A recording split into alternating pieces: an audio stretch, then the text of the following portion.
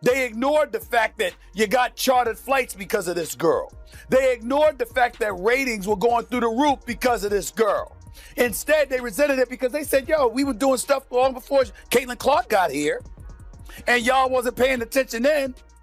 But now the young white girl comes along, and y'all want to sit up there and shower all of this praise and all of this attention that was earned before she ever came along. The resentment is understandable, but it's not about Caitlin Clark. It's about what she represents. My point is, grow up. The WNBA is on fire.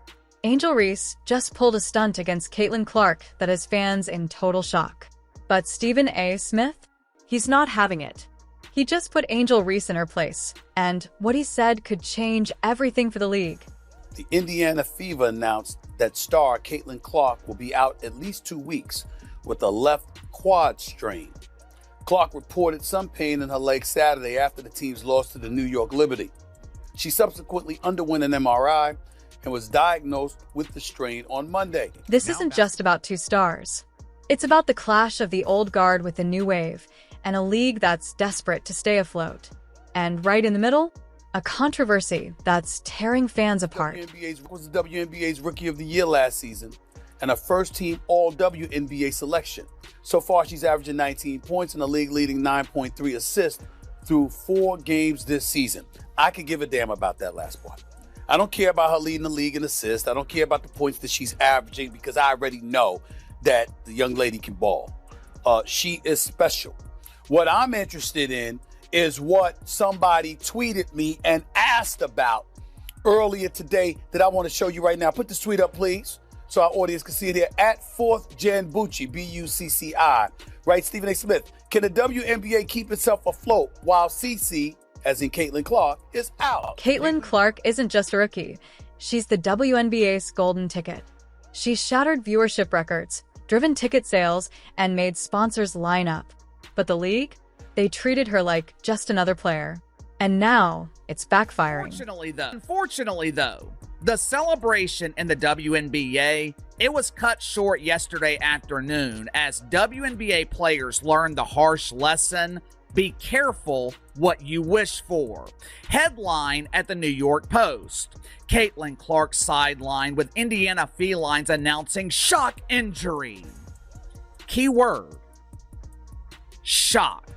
This injury was shocking, but not for reasons that you may think. After taking brutal hits game after game, Caitlin Clark was forced to sit out, and that's when everything fell apart. Her rematch with Angel Reese? Gone. Primetime TV slots? Gone. And fans? Furious. Because for many, Clark was the main reason to tune in. That is also reported a 100% increase in sales for WNBA specific merchandise. It started with Caitlin Clark. And so now that we know all of this, and we've known that for months, now we get to turn around and look and see what exactly is it that the league will do knowing that she's out for the next 2 weeks. I'm not saying I know for sure what's going to happen, but I have an idea. Enter Stephen A. Smith, the voice of reason in a room full of noise. He didn't hold back. The WNBA had the golden goose and treated her like a regular bird, he said. And he's not wrong. Thanks to Clark, Indiana led the league in attendance both at home and on the road. The Fever averaged 17,035 fans at home and over 15,000 on the road. 4 teams moved home games to bigger arenas when Indiana came to town to accommodate more fans. That's about Caitlin Clark. How do we know this? Attendance for the entire league was up nearly 50% last year.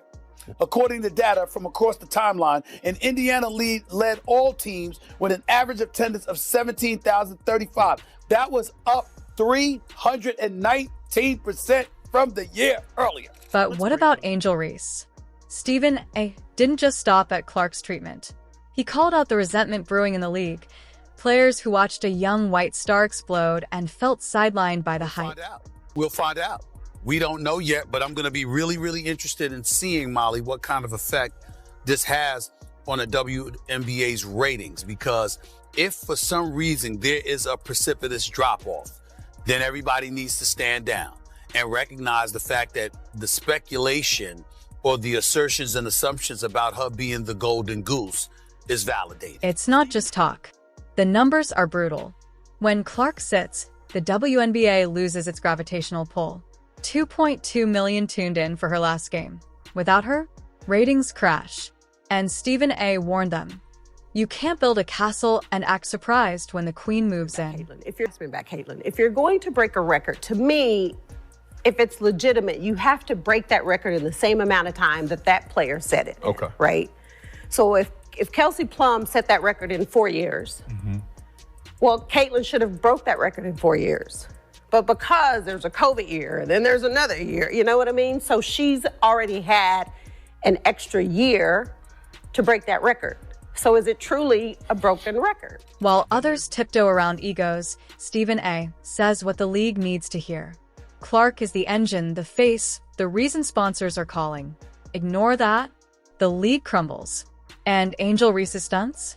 They only highlight the stakes. Notice when you're asking about Caitlin a lot, you bring up other rookies as well.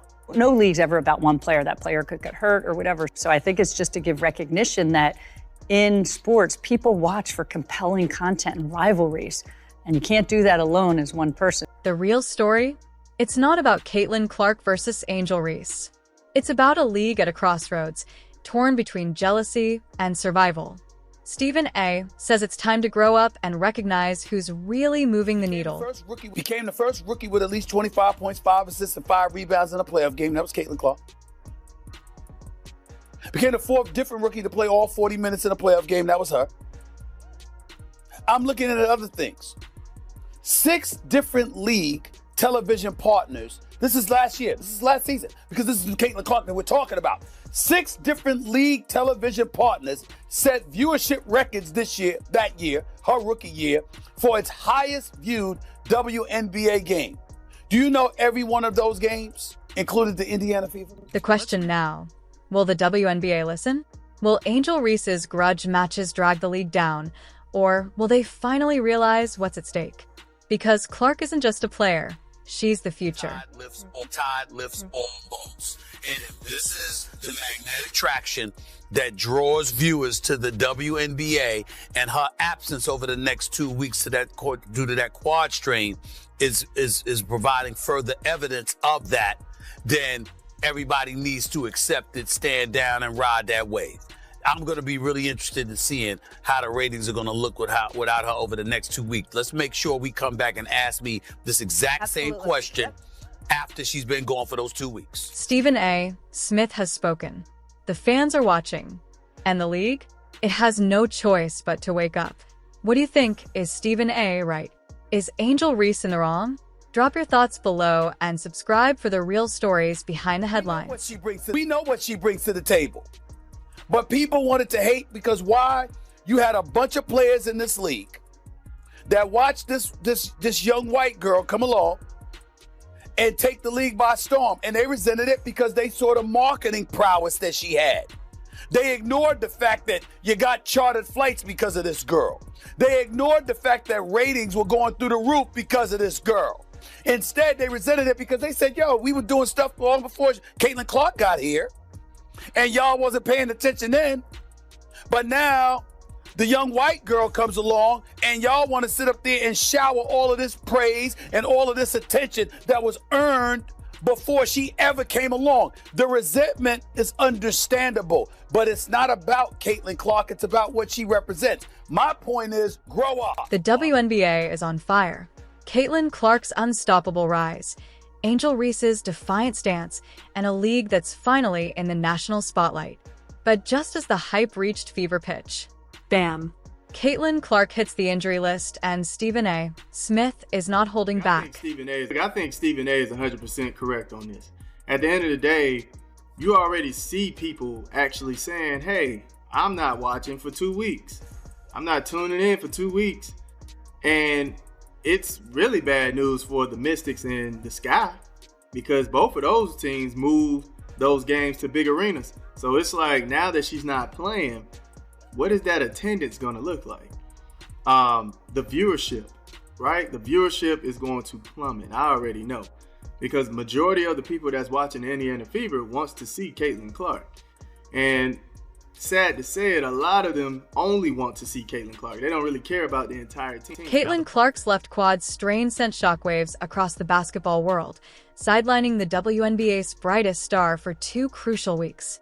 Meanwhile, Angel Reese, the league's most polarizing figure, seized the moment to remind everyone she's still here, Everybody too. was moving Caitlin Clark games to bigger facilities because everyone was selling tickets. There were ratings. It was a ratings bonanza. Now with Caitlin Clark not playing, what do? Well, when you change your situs, guess what? You can't change it back. Yep.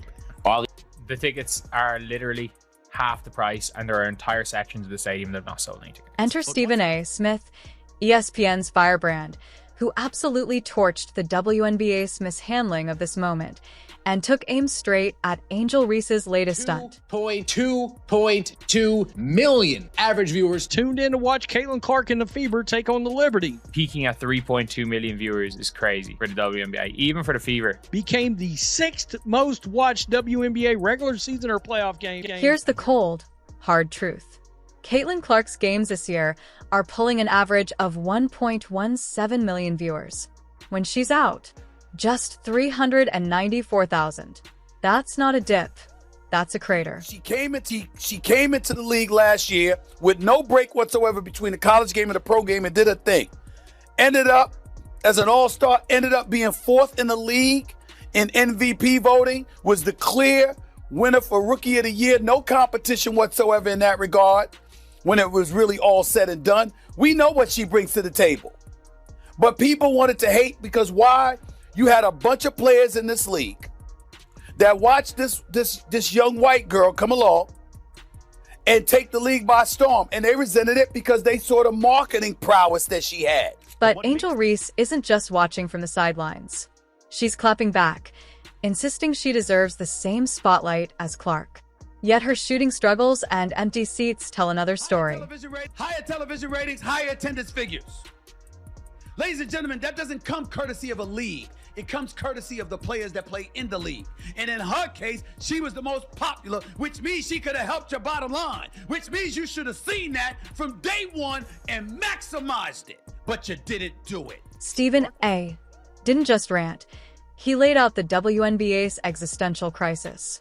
If the ratings plummet without Caitlin Clark, then the league has no choice but to admit she is their golden goose. And Angel Reese's jealousy won't fill those seats. Literally cannot make this up. When she's not playing, ticket prices, merchandise sales plummet. Viewership declines when she is not suited up in uniform. The numbers do not lie, guys. Caitlin Clark is the biggest box office attraction in the WNBA, period. Facts over feelings. Fans are torn. Some say it's unfair to Angel Reese.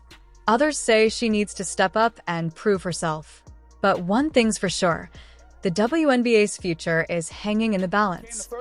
Came the first rookie with at least 25 points, 5 assists, and 5 rebounds in a playoff game. That was Caitlin Clark. Became the 4th different rookie to play all 40 minutes in a playoff game. That was her. I'm looking at other things. 6 different league television partners. This is last year. This is last season because this is Caitlin Clark that we're talking about. 6 different league television partners set viewership records that year, her rookie year, for its highest viewed WNBA game. Do you know every one of those games included the Indiana Fever? As Caitlin Clark recovers and Angel Reese fights to prove she's more than just a rival, one question remains. Can the WNBA survive without Clark's star power? Or is this the beginning of a league-wide collapse?